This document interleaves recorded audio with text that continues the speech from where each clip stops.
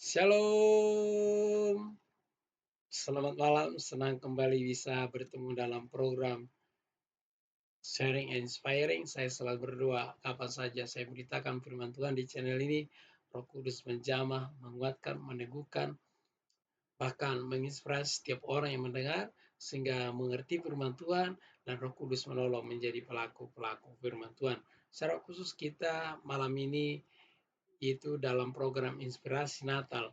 Ini adalah substitute atau pengganti dari video yang tidak tayang sebelumnya, ya.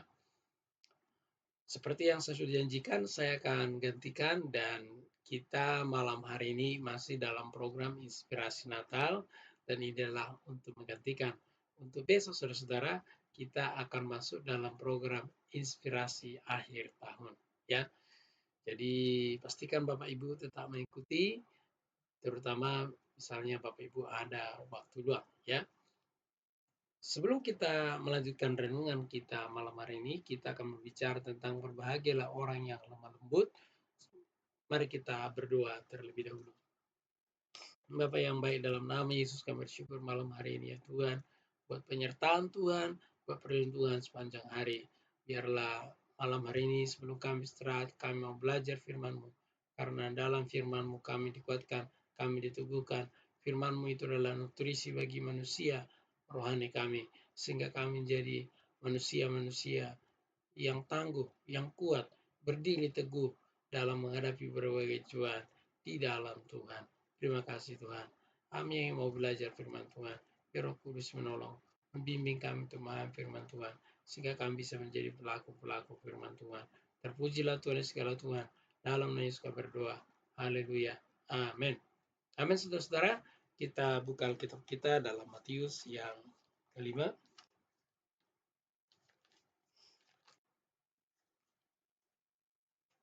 Mari kita baca sama-sama. Saya baca di sini, Bapak Ibu boleh mengikutinya. Itu Matius 5 yang kelima. Berbahagialah orang yang lemah lembut, karena mereka akan memiliki bumi.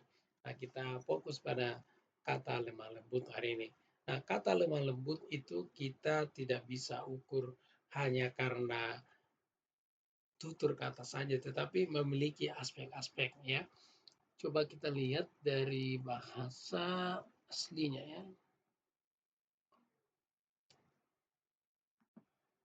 Dia menggunakan kata praus di sini yang memiliki lemah lembut, bahasa Indonesia juga lemah lembut. Kemudian di sini ada kerendah hatian.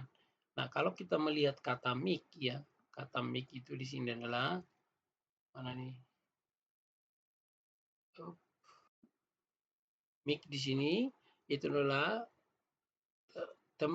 temperamen atau pikiran yang tenang, tidak mudah terprovokasi ya. Jadi mik artinya adalah kelembutan, tidak mudah terprovokasi. Artinya orang yang lemah lembut itu punya pengendalian diri yang baik. Kalau kita baca Galatia 5 ayat 23,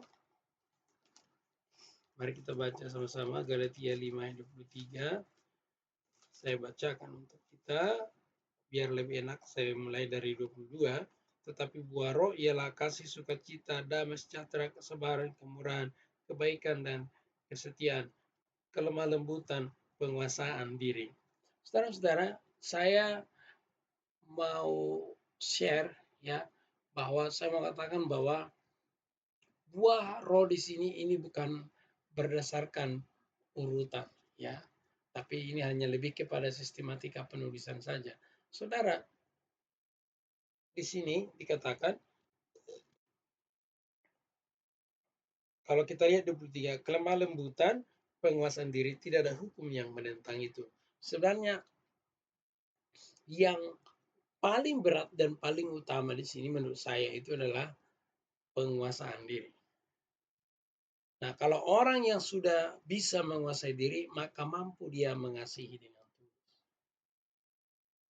Yang kedua terberat itu adalah yaitu kelemah lembutan. Nah, kelemah lembutan ini kuncinya adalah penguasaan diri.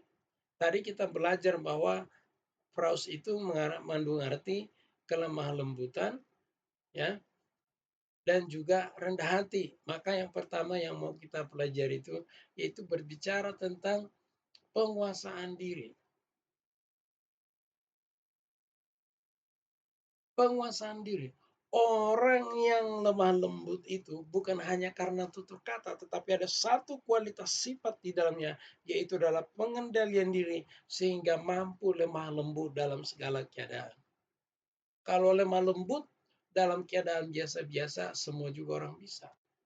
Ya, tapi kalau orang lemah lembut dalam segala keadaan itu adalah menunjukkan bahwa dia sudah memiliki buah roh, yaitu kelemah lembutan.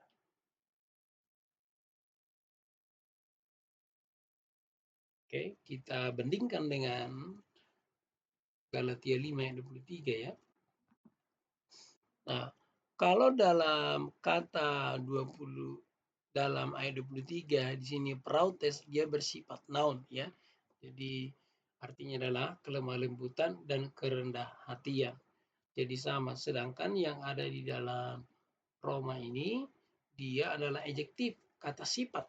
Nah, bedanya adalah kalau ini kata sifat, maka ini namanya membutuhkan satu proses, ya. Kita membutuhkan proses sehingga kata sifat itu menjadi gaya hidup kita, menjadi sifat kita, ya, menjadi lifestyle kita, yaitu lemah lembut.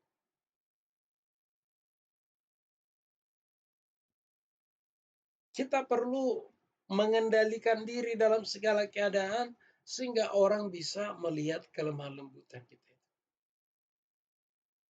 Jika kita tidak menguasai diri dengan baik, maka sangat sulitlah kita menjadi orang yang lemah lembut.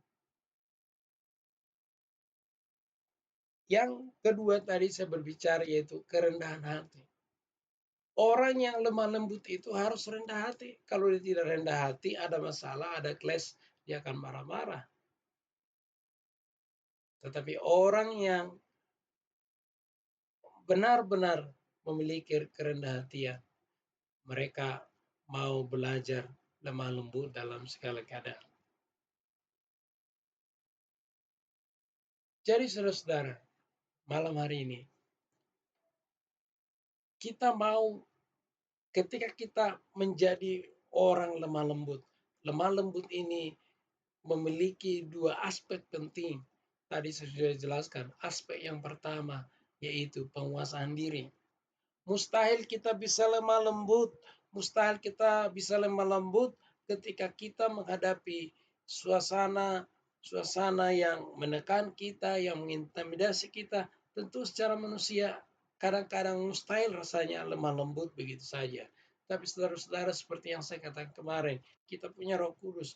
Roh Kudus mampukan kita, menolong kita sehingga kita bisa memiliki penguasaan diri yang baik sehingga kita bisa menjadi benar-benar orang yang lemah lembut bukan karena dibuat-buat tetapi itu menjadi gaya hidup kita, tapi itu menjadi bagian daripada sifat kita.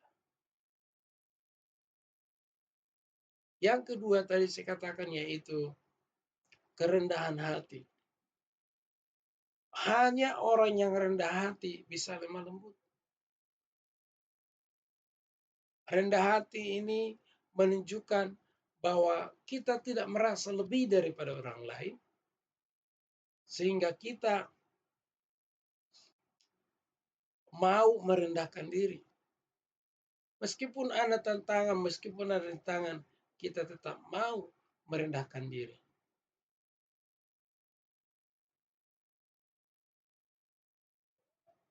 Tutur kata penting, saya tidak mengabaikan itu. Tapi yang mau saya tegaskan bukan hanya sekedar tutur kata saja. Tetapi benar ada penguasaan diri yang baik,